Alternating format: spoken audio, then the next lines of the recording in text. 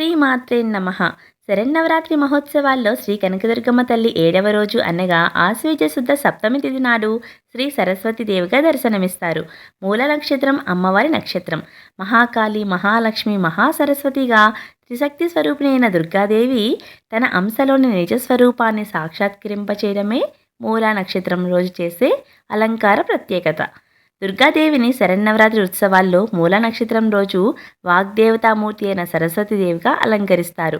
చింతామణి, జ్ఞాన, నీల, ఘట, కిని, అంతరిక్ష, మహాసరస్వతులుగా సప్తనామాలతో కొలువులందుకునే వాగ్దేవి ప్రాణుల నాలుకపై నర్తించే బుద్ధిప్రదాయిని. పిల్లలు, పెద్దలు అందరూ కూడా సరస్వతీదేవిని కొలవడం ద్వారా జ్ఞానసిద్ధి కలుగుతుంది. ఈరోజు అమ్మవారికి నైవేద్యంగా బెల్లం, శనగపప్పు, అటుకులు, కొబ్బరి, దద్దోజనం నివేదిస్తారు. శ్రీమాత్రే నమః.